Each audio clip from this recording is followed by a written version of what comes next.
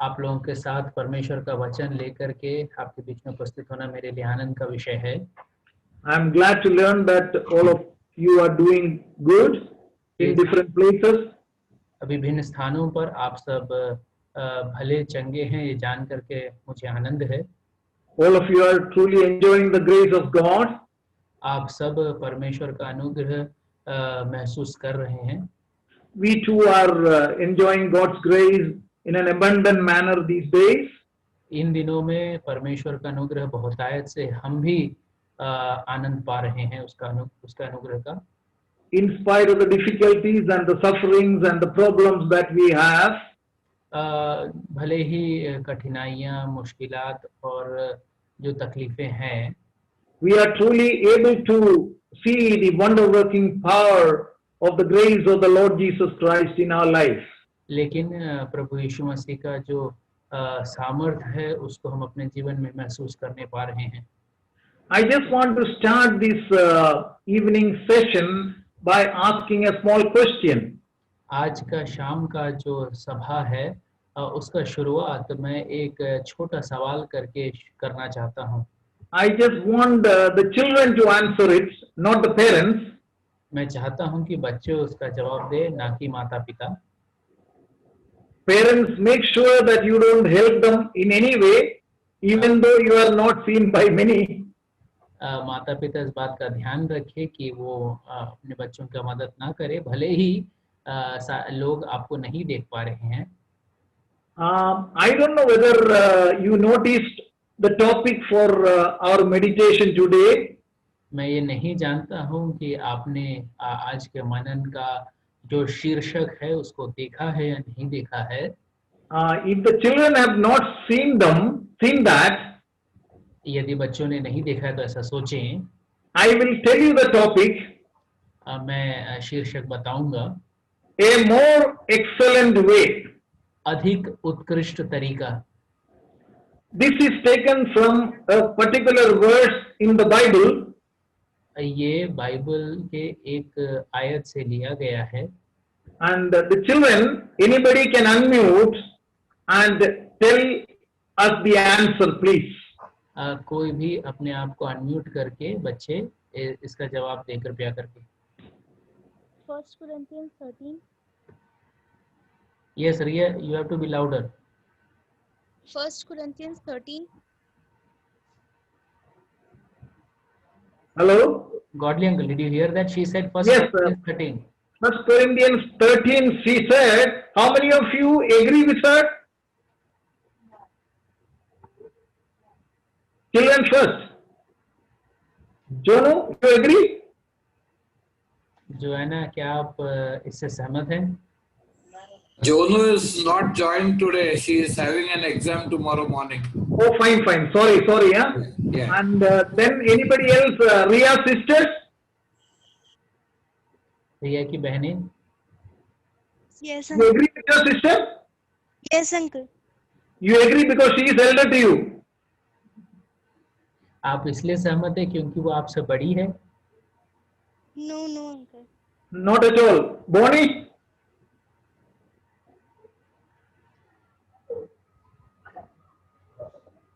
बोनी, यदि आप आवाज सुन पा रहे हैं। Okay, tell me, Riya, which is the verse number? 1 Corinthians 13, you said. Which verse is that? रिया, आयत को बताइए, कौन सा आयत है? Uncle, I'm not sure about the verse. You are not sure about the verse. Okay, now let us take it to the elders. हम बड़े लोगों के पास जाएंगे। Anybody, please? Amy said, you could hear? Yes, 1 Corinthians 12, last verse. Yeah. Oh, that is perfectly right. 12 पहला कुरिन्थियों 12वां अध्याय उसका आखिरी आयत, और ये बिल्कुल सही है। Let's give her a clap. Wonderful. हम उसके लिए एक ताली बजाएंगे। बहुत बढ़िया। Okay, can we read that, please, Rakesh bhai? Rakesh भाई, उसको पढ़ दीजिए। Yes, brother. 31st verse of chapter 12 of 1 Corinthians. Just a moment, brother.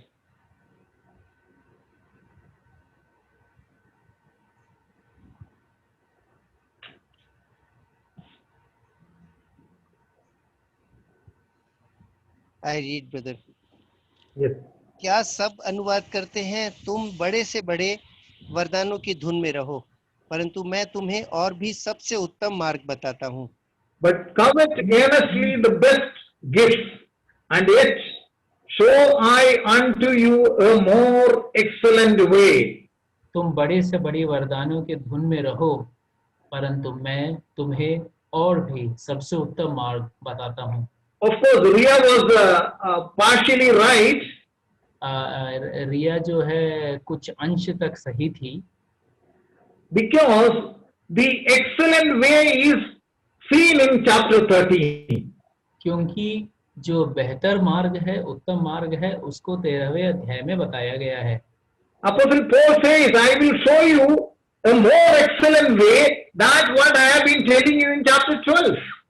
प्रेरित पौलुस से कह रहा है कि 12वें अध्याय में मैंने जो कुछ भी तुम्हें बताया है उससे उत्तम मार्ग मैं बताता हूँ. What do we read in chapter 12? 12वें अध्याय में हम क्या पाते हैं? We see the spiritual gifts and their use in love. हम आत्मिक वरदानों के विषय में देखते हैं और उसका प्रेम में उसका इस्तेमाल. It concerns the spirit in relation to the body of Christ. ये मसीह के देह के संबंध में आत्मिक बातों को बताता है. True ministry is the exercise of spiritual gift. सही में जो सेवकाई है वो आत्मिक वरदानों का इस्तेमाल है. The baptism of the Spirit helps us to be united to Christ, the body head, and be united to each other. आत्मा का जो बपतिस्मा है वो हमें एक परमेश्वर के साथ जुड़ने में और एक दूसरे से जुड़े रहने में मदद करता है. And then we read that a gift is assigned to each and every member of that body. और हम ये पढ़ते हैं कि वरदान तो शरीर के हर एक अंगों को दिया गया है. I don't know how many of you remember, maybe many years back, Brother Leslie gave a message on that, I remember. मुझे मालूम नहीं आप में से कितने याद रखते हैं. भाई लेस्ली ने कई सालों पहले इस पर वचन बांटा था. The Spirit of the Lord gives a ministry to everyone. Nobody can complain that I don't have any ministry as such. परमेश्वर का आत्मा सबको सेवकाई का अवसर देता और ये कोई सवाल नहीं कर सकता कि मुझे कोई सेवकाई मिला नहीं या वरदान मिला नहीं है. All these gifts are equally honorable. और ये सारे वरदान आदरणीय हैं. They are bestowed by the same Spirit. और ये एक ही आत्मा के द्वारा दिया गया है. Being administered under the Lord, administered. और ये जो है प्रभु के अंदर अधीन प्रशासित है. And energized by the same God. और उसी परमेश्वर द्वारा सक्रिय भी है. The involvement of the triune God is seen here wonderfully. और त्रिएक परमेश्वर का जो मेलजोल है उसको बेहतरीन रीति से यहाँ पर हम देख पाते हैं. And when we come to chapter 13, और जब हम 13वें अध्याय में आते हैं, here we are seeing about a gift or something called love. और 13वें अध्याय में मैं से वरदान को या फिर इस प्रकार से कह ले प्रेम के बारे में पाते हैं. So I will repeat that verse again, 31st verse of chapter 12. But covet earnestly the best gift, and yet show I unto you a more excellent way. मैं फिर से उस आयत को दोहराता हूँ, तुम बड़े से बड़ी वरदानों की धुन में रहो, परंतु मैं तुम्हें और भी सबसे उत्तम मार्ग बताता हूँ. What is this more excellent way? और ये उत्तम मार्ग क्या है? We see that in detail in chapter 13 of the First Corinthians. और पहला कुरिन्थियों के 13वें अध्याय में हम इसका विवरण पाते हैं. And We saw the spiritual gifts in chapter 12, हमने आत्मिक वरदानों को 12वें अध्याय में पाया, but these gifts are good only if it is administered in love. लेकिन ये जो वरदान है वो तभी प्रायोगिक है यदि इसका प्रबंध या प्रशासन प्रेम से होता है। Yes, it is given as a ministry to each one of us. ये सेवकाई के रूप में हम हर एक को दिया गया है। Benevolence is good. Benevolence, that large-heartedness. Okay, बड़ा हृदय तो अच्छा है, But not apart from love. That is what we read in chapter 13. और लेकिन प्रेम से दूर नहीं या अलग नहीं है, और यही हम 13वें अध्याय में पाते हैं। We see a description of love. हम प्रेम का परिभाषा तो पाते हैं। Love is better than our present incomplete knowledge. प्रेम जो है हमारा अभी का जो अपरिपूर्ण ज्ञान है उससे बेहतर है।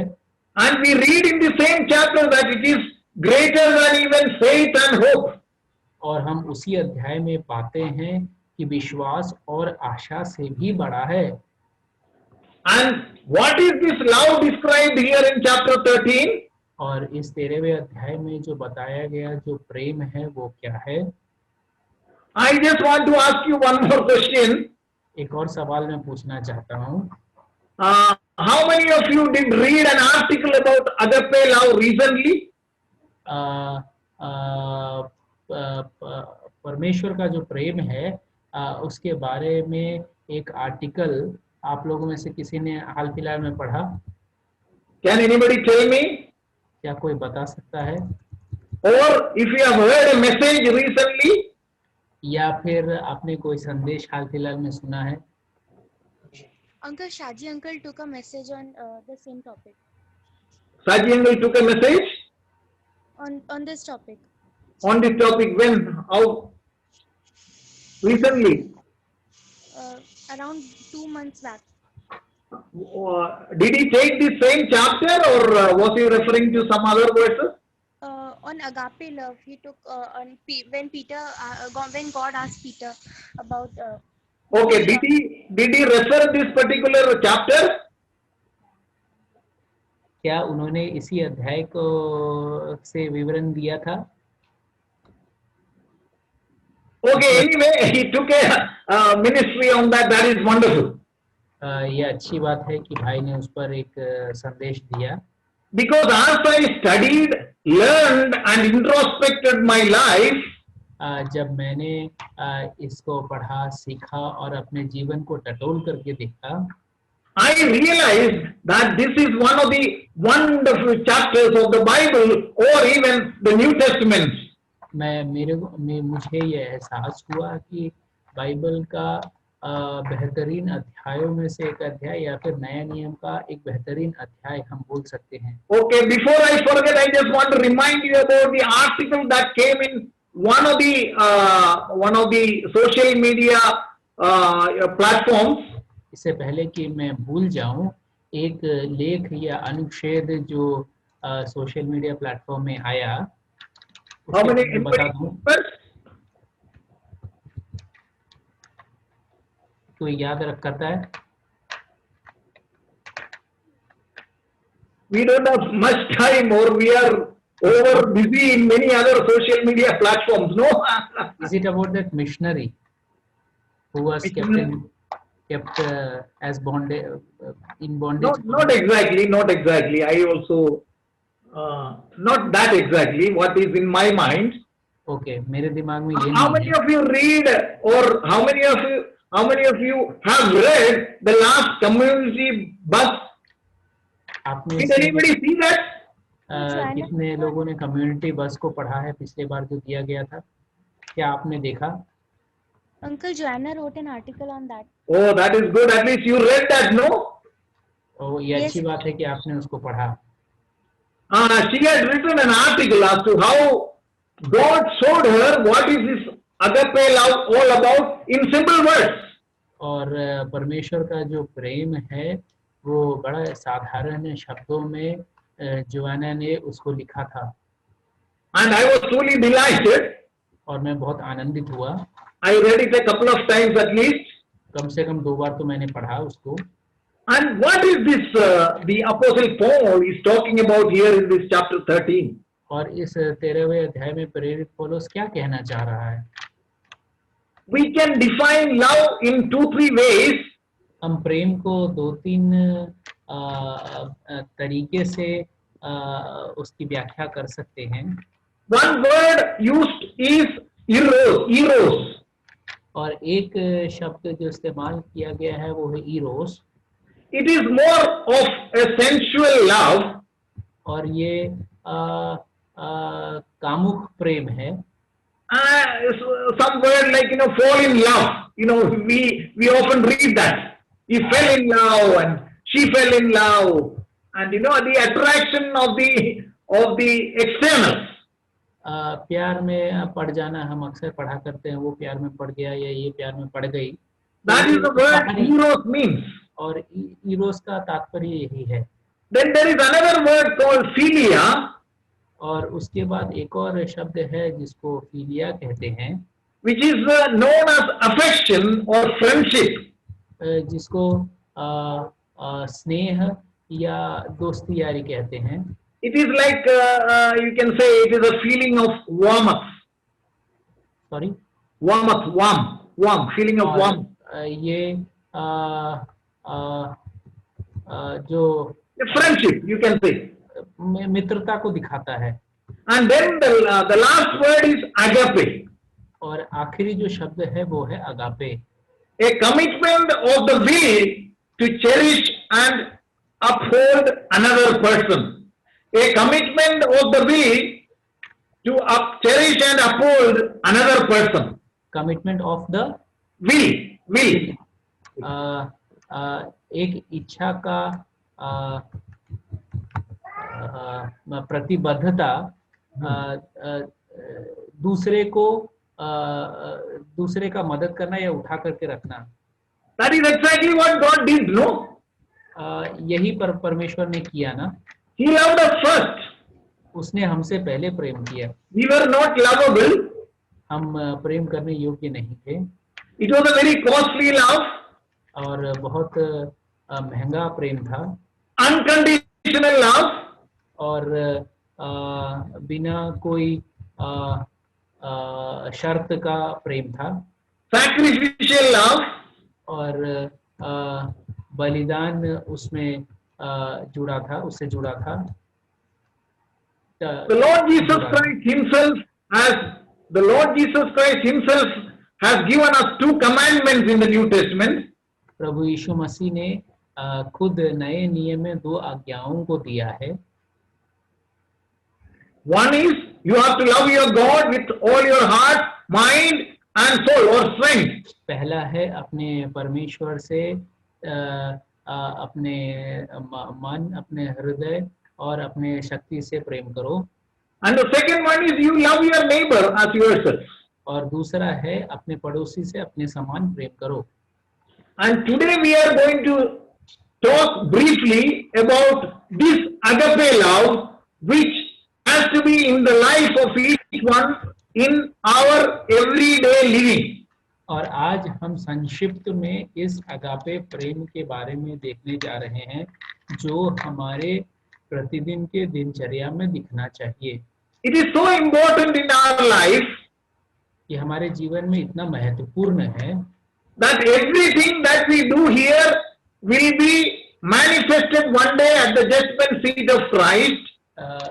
यहाँ पर जो कुछ भी हम करते हैं वो परमेश्वर के न्यायासन के सामने एक दिन प्रदर्शित हो जाएगा. The standard with which that will be measured will be this agape love. और जो मापदंड का इस्तेमाल किया जाएगा या जो मानक का इस्तेमाल किया जाएगा वो है या अगापे लव या प्रेम. And we read that the master himself said, और हम ये पढ़ते हैं कि गुरु ने खुद कहा, by this shall all men know that ye are my disciples. इससे सारे लोग जान पाएंगे कि तुम मेरे शिष्य हो। By this means love. मतलब प्रेम।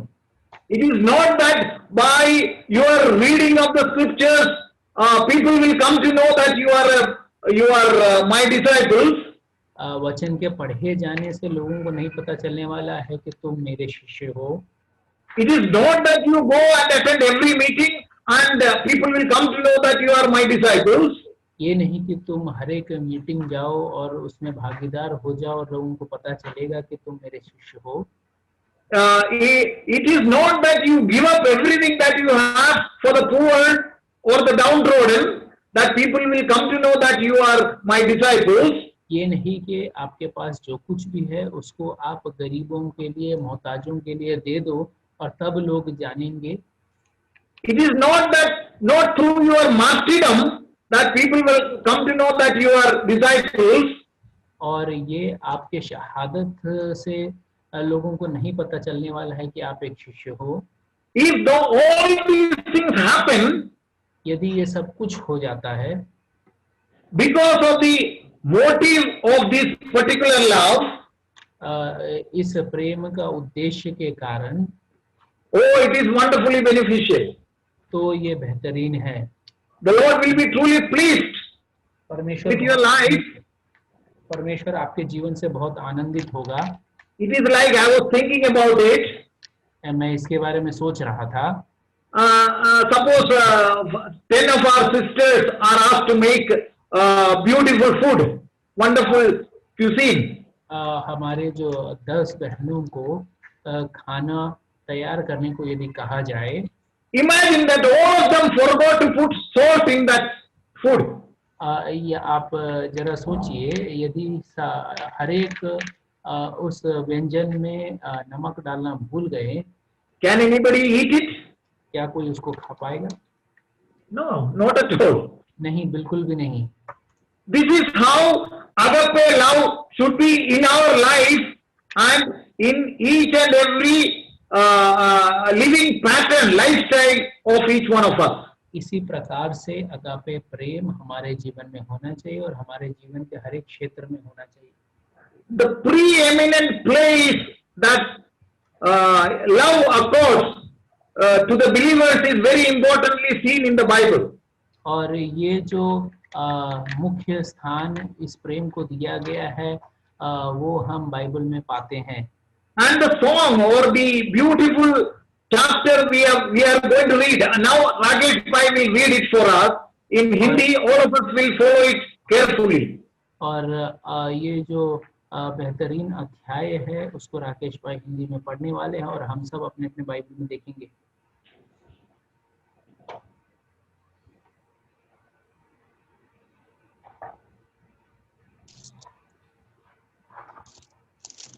First Corinthian 13। यदि मैं मनुष्यों और स्वर्गदूतों की बोलियां बोलूं और प्रेम हूं तो मैं ठनठनाता हुआ पीतल और झनझनाती हुई झांझ हूं। और यदि मैं भविष्यवाणी कर सकूं और सब भेदों और सब प्रकार के ज्ञान को समझूं और मुझे यहाँ तक पूरा विश्वास हो कि मैं पहाड़ों को हटा दूं परंतु प्रेम न रखूं तो मैं कुछ भी नहीं। यदि मैं अपनी संपूर्ण संपत्ति कंगालों को खिला दूं या अपनी देह जलाने के लिए दे दूं और प्रेम न रखूं तो मुझे कुछ भी लाभ नहीं। प्रेम धीरजवंत है और कृपालु है। प्रेम डाह नहीं करता, प्रेम अपनी बड़ाई नहीं करता और फूलता नहीं। वह अनर्थ रीति नहीं चलता, वह अपनी भलाई नहीं चाहता, झुंझलाता नहीं, बुरा नहीं मानता, कुकर्म से आनंदित नहीं होता परंतु सत्य से आनंदित होता है। वह सब बातें सह लेता है, सब बातों की प्रतीति करता है, सब बातों की आशा कर रखता है, सब बातों में धीरज धरता है। प्रेम कभी टलता नहीं।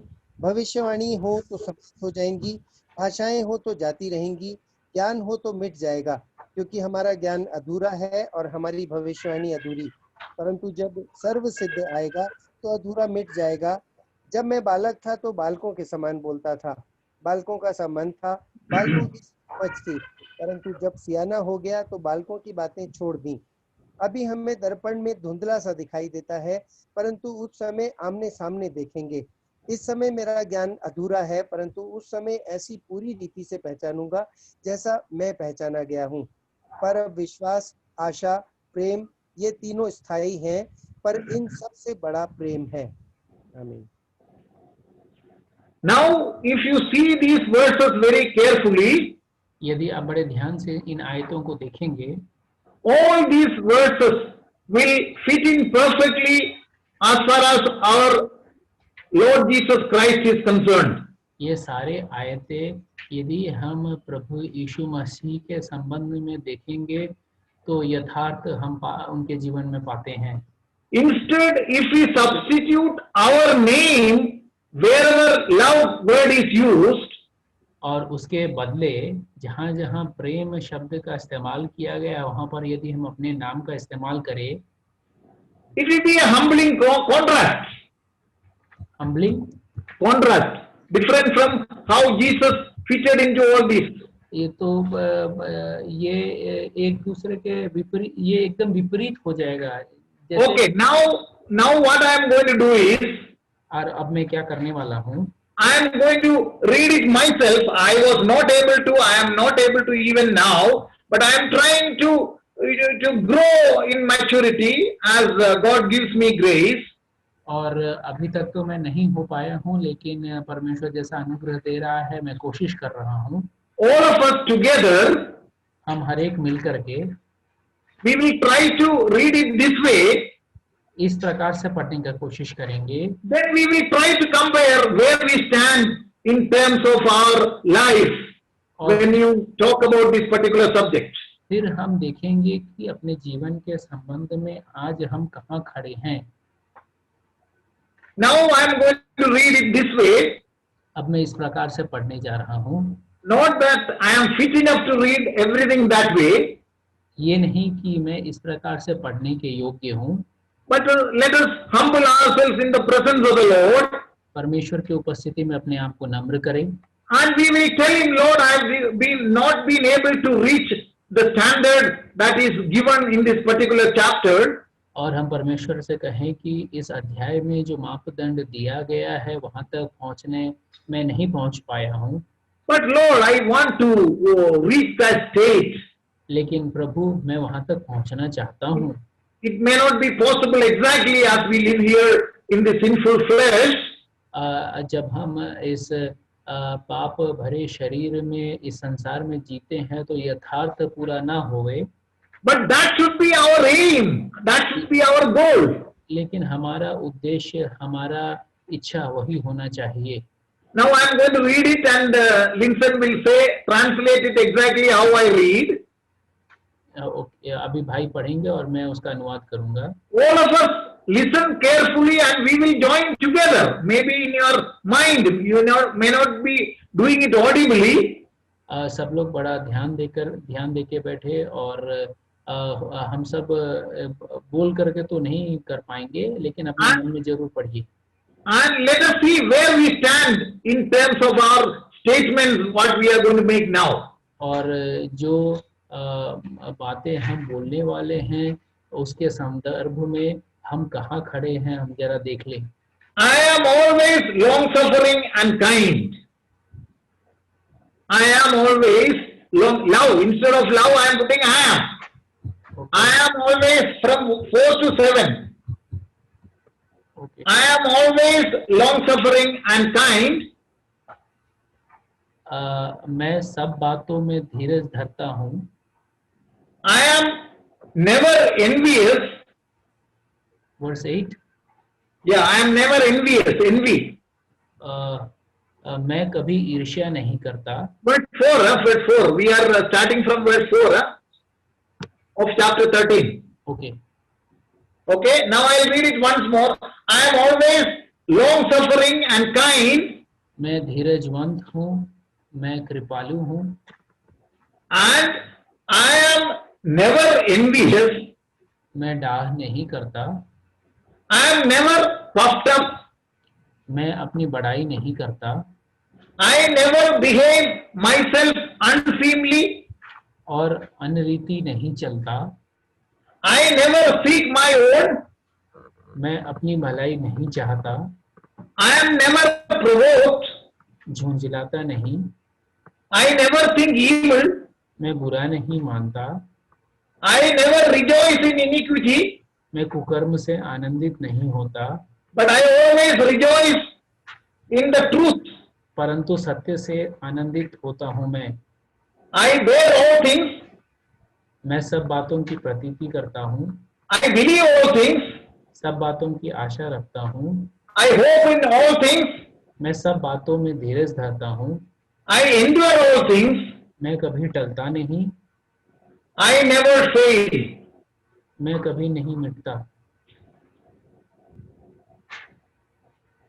How many of us can we say that we have reached a stage in this particular statement, putting your hand on your chest? Yes, Lord, I am doing all this, or I am not doing all this. हम सब कहाँ तक पहुँचे हैं? अपने हाथ को अपने हृदय पर रख करके बोलिए, प्रभु मैं यहाँ तक पहुँचा हूँ या नहीं पहुँच पाया हूँ। Let us take 2 minutes, 2 seconds. It's not a waste of time. 2 minutes. Let us be silent. 2 minute के लिए हम शांत हो जाएं।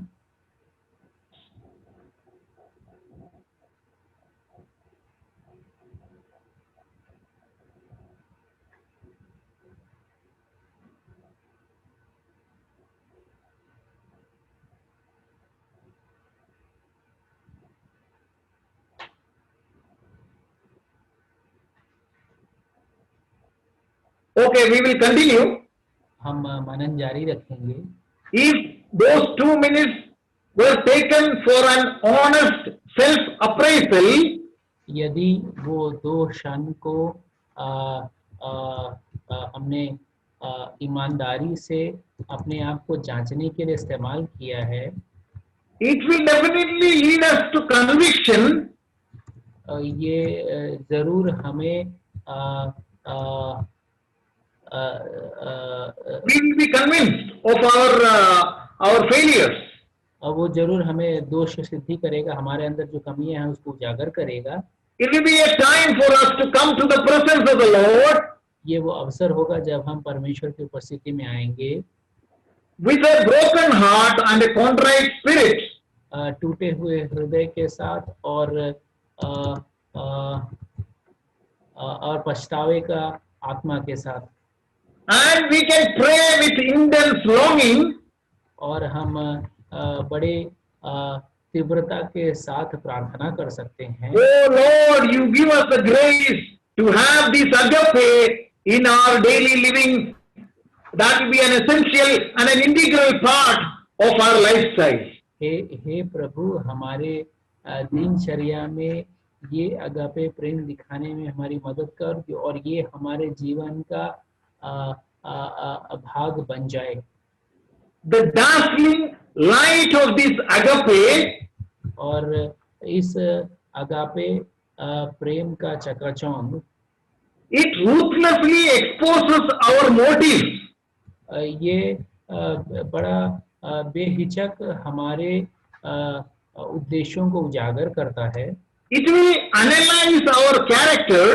और ये हमारे जो गुण है उसका विश्लेषण करता है, चरित्र का विश्लेषण करता है। And it will test our services. और ये हमारे कार्यों का परीक्षा करेगा या सेवाओं का परीक्षा करेगा। God's standard for the life of believers परमेश्वर का जो मापदंड विश्वासियों के लिए है is set by the perfect character of our Redeemer, the Lord Jesus Christ. उसका जो मापदंड है वो हमारा उद्धारकर्ता प्रभु यीशु मसीह के चरित्र है। And now we are going to analyze this particular chapter into 3 portions. और अब हम इस अध्याय को 3 भाग में बांट करके विश्लेषण करने वाले हैं। Chapter 1 to 3, verses 1 to 3. 1 से लेकर के 3 आयत। It talks about the preeminence of life. Preeminence. और ये जीवन का जो पूर्व शान है उसके बारे में बात करता है। The preeminence of love. Sorry. प्रेम का जो पूर्व शान है उसके बारे में बात करता है। And verses 4 to 7. और 4 से लेकर के 7 we see about the properties of life, properties, the characters. और हम जीवन के जो गुण है उसको देखते हैं, The properties of love rather. प्रेम का जो गुण है उसको देखते हैं. And then finally, the आखिरकार last few verses talks about love's permanence. प्रेम का जो Permanence. स्थायित्व है उसके बारे में हम पाते हैं. And initially, let's start with the first portion. हम शुरू करेंगे पहले भाग से. We read that every statement given here is categorical, very clear and straightforward. और यहाँ पे हर एक शब्द जो दिया गया है वो एकदम स्पष्ट है. And love here is compared with the very many gifts that the Corinthians had. और प्रेम जो है उसकी तुलना कुरिन्थियों के पास जो वरदान है उससे किया गया था.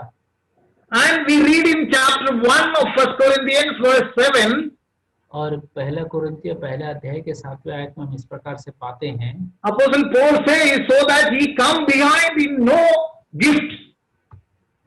ताकि हम किसी वरदान में पीछे न रह जाएं या घटी न रहे. They were endowed with all the gifts. उनको सारे वरदान दिए गए थे. We read that in chapter 12. हम 12वें अध्याय में उसको हम पाते हैं. But here he is talking about a gift which is above everything. यहाँ पर वो एक ऐसे वरदान के बारे में बात कर रहा है जो सर्वोपरि है.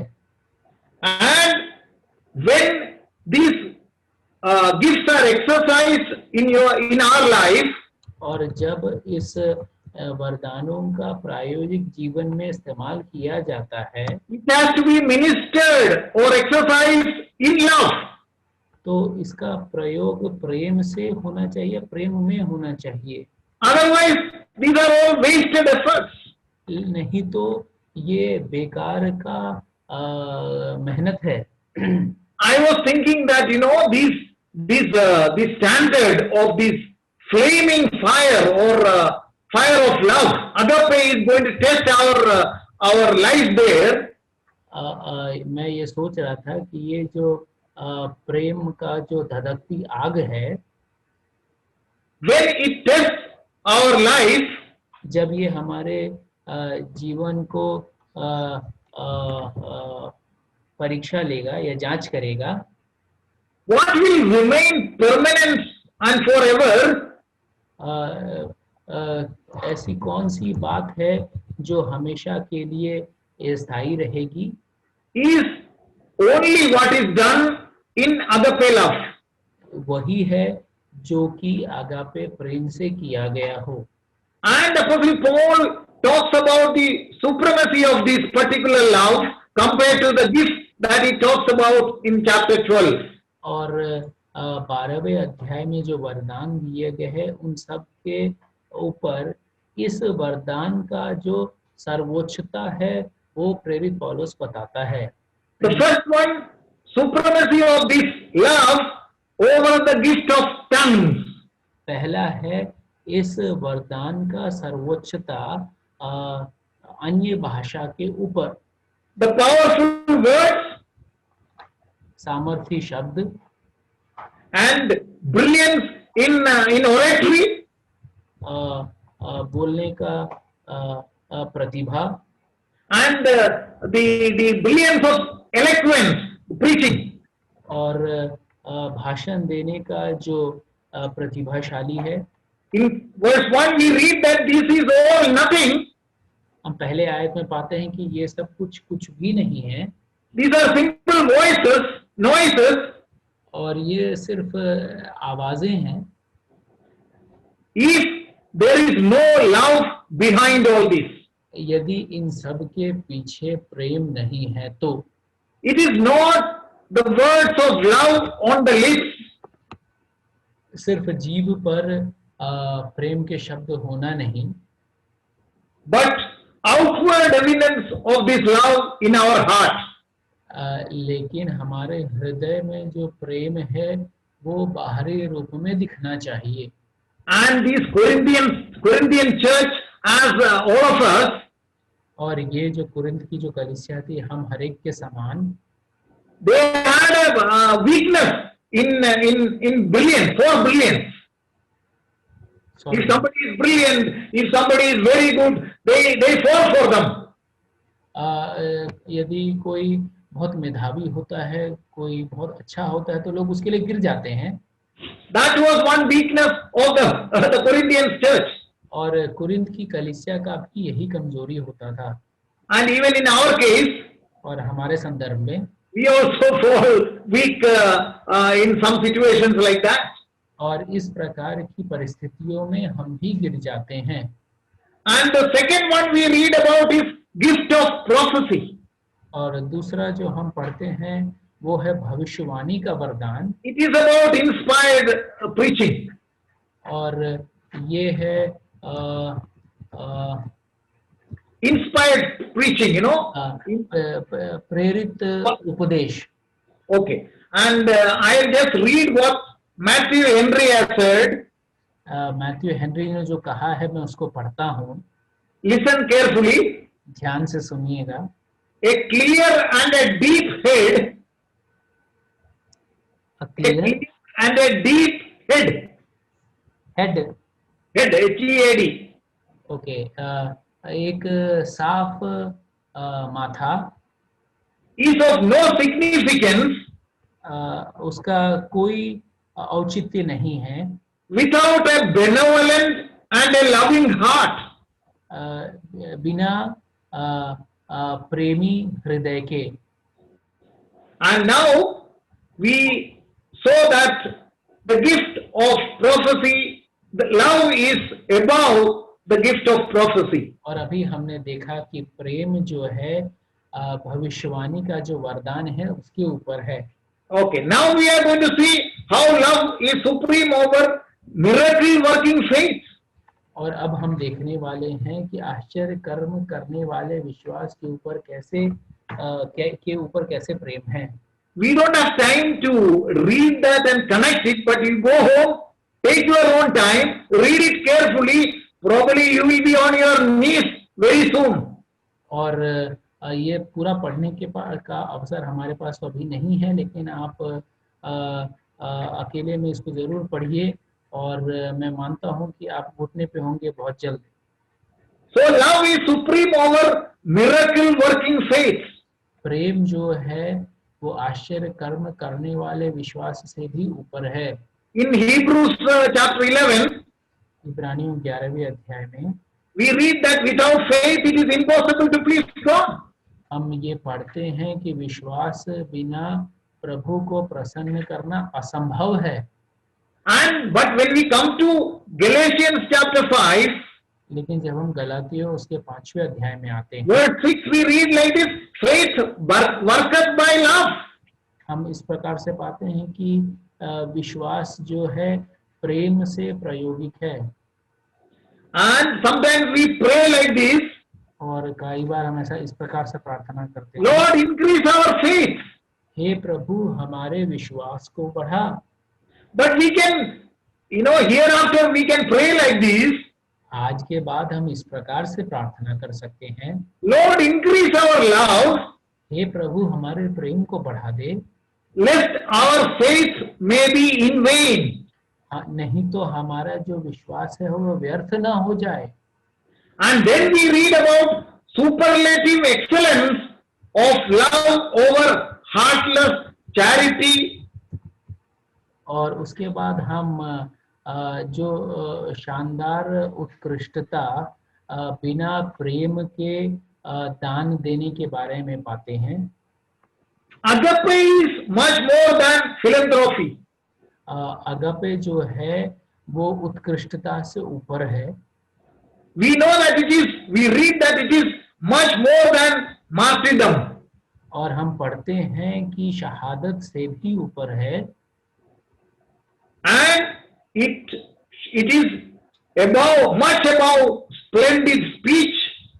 और बेहतरीन भाषण से भी ऊपर है। Great scriptural knowledge. वचन का बहुत अच्छा जानकारी, and it is much above supreme sacrifice. और जो सर्वोपरि त्याग है, सर्वोच्च त्याग है, और उसके ऊपर भी ये प्रेम है। This is very important for us to realize this evening. आज की शाम ये बात को समझना अत्यधिक जरूरी है। If agape love is not involved in our lifestyle on a daily basis, यदि ये अगापे प्रेम प्रतिदिन के दिनचर्या में नहीं पाया जाता है तो our efforts and services will be wasted efforts. हमारा जो मेहनत है, हमारा जो कर्म है, वो बेकार रहेगा। I just want to close this particular part by just reading one verse from Galatians chapter 5. गलातियों 5वें अध्याय से एक आयत को पढ़ करके मैं इस भाग को समाप्त करना चाहूंगा। We read about the spirit, the fruit of the spirit there. हम आत्मा के फल के बारे में पढ़ते हैं यहाँ पर। Verses 22 and 23, Rajesh Bhai can read. 22 और 23वें अध्याय आयत को राकेश भाई पढ़ सकते हैं। फल पर आत्मा का फल प्रेम, आनंद, शांति, धीरज, कृपा, भलाई, विश्वास, नम्रता और संयम है। ऐसे ऐसे कामों के विरोध में कोई भी व्यवस्था नहीं। Yes, thank you very much. All the qualities mentioned after love, सारे जो गुण हैं वो प्रेम के बाद बताए गए हैं। these are all simply manifestations of that agape love in a life of a believer living in a spirit-filled way. और ये मसीही के जीवन में जो आत्मा से परिपूर्ण है, उनके जीवन में ये अगापे प्रेम का अभिव्यक्ति है। And I will put it in one sentence each very fast. और एक शब्द में यदि मैं इसको बोलूं, Joy is love enjoying itself. Love enjoying itself. प्रेम जो है Joy is love enjoying itself. आनंद जो है, sorry, can you repeat that? Joy is nothing else but love enjoying itself. आनंद और कुछ नहीं परंतु प्रेम अपने आप में आनंदित होना, आनंद। This is nothing else but love resting. Love resting. मेल और कुछ नहीं परंतु प्रेम जो आराम कर रहा है। Patience is love waiting. और धीरज जो है प्रेम जो इंतजार कर रहा है। Kindness is love reacting. भलाई जो है प्रेम जो प्रतिक्रिया करता है। Reacting to any particular situation. Yes. Goodness is love का प्रतिकार choosing. करता है। Goodness is love choose. भलाई जो है वो प्रेम जो चुनाव करता है। Faithfulness is love keeping its word. विश्वास जो है प्रेम जो अपने शब्द को धरता है। Gentleness is love empathizing. और नम्रता जो है वो प्रेम है जो कि सहानुभूति दिखाता है। Sympathy or empathy, सहानुभूति। love resisting temptation. और संयम जो है वो प्रेम है जो परीक्षा को रोकता है। I just want to close here. We will, God willing, some other time we will share the properties of love and the permanence of love. और मैं यहाँ पे समाप्त करता हूँ। यदि हमें समय मिलेगा आगे तो प्रेम का जो गुण है और प्रेम का जो स्थायित्व है उसके बारे में हम मनन करेंगे। In Romans chapter 12 verse 9, Romeo 12वें अध्याय और 9 में हम पाते हैं, let love be genuine. We read like that. हम इस प्रकार से पढ़ते हैं, प्रेम निष्कपट हो। Or another version, love should be without hypocrisy. दूसरे शब्द में बोला जाए तो प्रेम जो है बिना पाखंड का होना चाहिए। This is exactly what the Lord wants in the life of each one of us. This agape love should rule the lifestyle of each one of us. और यही यथार्थ में परमेश्वर हमारे जीवन से चाहता है, ये अगापे प्रेम हम हर एक के जीवन को चलाने वाला हो। This study of mine is a continuation of the conformation to the image of His Son, the Lord Jesus Christ. और ये जो आज का जो मनन है वो प्रभु यीशु मसीह के रूप में बढ़ते जाने का जो मनन है उसका एक भाग है। And last time we talked about the divine wardrobe of a believer. हम पिछले बार एक मसीही का जो स्वर्गीय जो पहनावा है उसके बारे में हमने देखा था। And we saw that the last one was love. और हमने देखा था कि आखिरी जो था वो प्रेम था। And this particular chapter, 1 Corinthians chapter 13, और ये जो पहला कुरिन्थियों 13वां अध्याय है, it talks about agape love in detail. Agape प्रेम के बारे में विश्लेषण है यहाँ पर। And I just want to close with one question. एक सवाल के साथ मैं समाप्त करना चाहता हूँ। Anybody can answer, please. कोई भी इसका जवाब दे सकता है। Last time I told you about a person, a man of God who used to kneel down and read this chapter every day. पिछले बार मैंने एक परमेश्वर के जन के बारे में बताया था जो घुटनों पर ये अध्याय को रोज पढ़ा करता था। Tell me. नाम बताइए।